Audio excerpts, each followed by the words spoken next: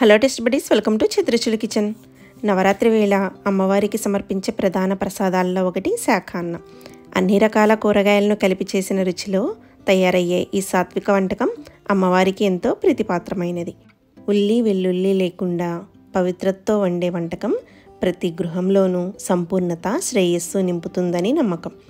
సాధారణ వంటకమైన దాని వెనుక ఉన్న భావన ఎంతో లోతైనది.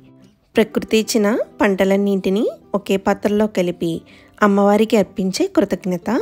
అన్నింటినీ సిద్ధం చేసి పెట్టుకుంటే 2 నిమిషాల్లో తయారవుతుంది ఈ శాఖాన్నం. ఎలా చేసుకోవాలో చూద్దాము. ముందుగా 2 గ్లాసుల బాస్మతి రైస్ని కడిగి ఈ విధంగా పక్కన పెట్టుకుందాము.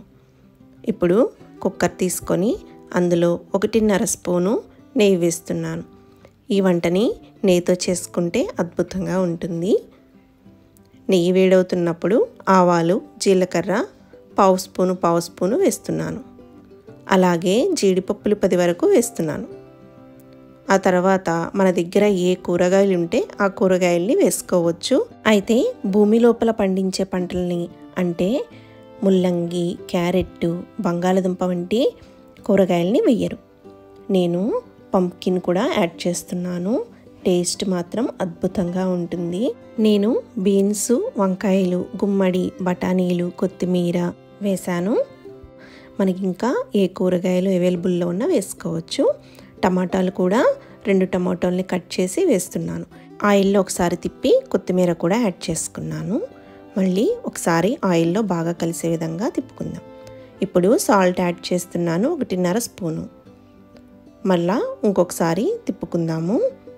చక్కగా కూరగాయలకంతా పట్టే విధంగా సాల్ట్ తిప్పుకున్నాక మనం ముందుగా నానబెట్టుకున్న బాస్మతి రైస్ని వేసేద్దాం. బాస్మతి రైస్ కూడా చక్కగా కూరగాయలకి పట్టుకునే విధంగా కలుపుకోవాలి. అయితే నేను పెట్టిన కుక్కరు చిన్నదైపోయింది, అందుకనే కుక్కర్ని పెద్ద దానిలోకి మార్చాను. ఇప్పుడు 3 గ్లాసుల నీరుని యాడ్ చేసుకుందాము. 2 గ్లాసుల బియ్యానికి 3 గ్లాసుల నీరైతే సరిపోతుంది.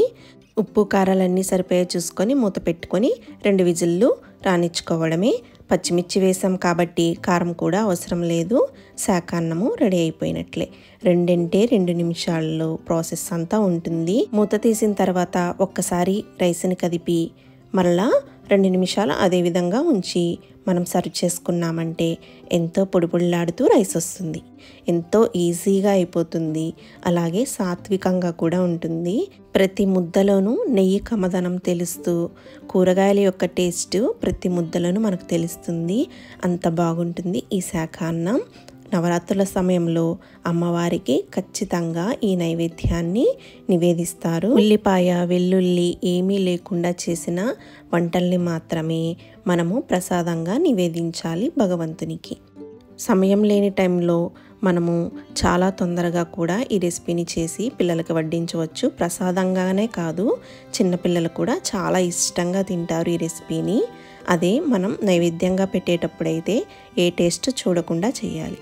మరి ఈ నవరాత్రుల సమయంలో ఈ రెసిపీని ఖచ్చితంగా ట్రై చేయండి. మరిన్ని రెసిపీస్ కోసం నా ఛానల్ ఫాలో అవ్వండి, సబ్స్క్రైబ్ చేసుకోండి.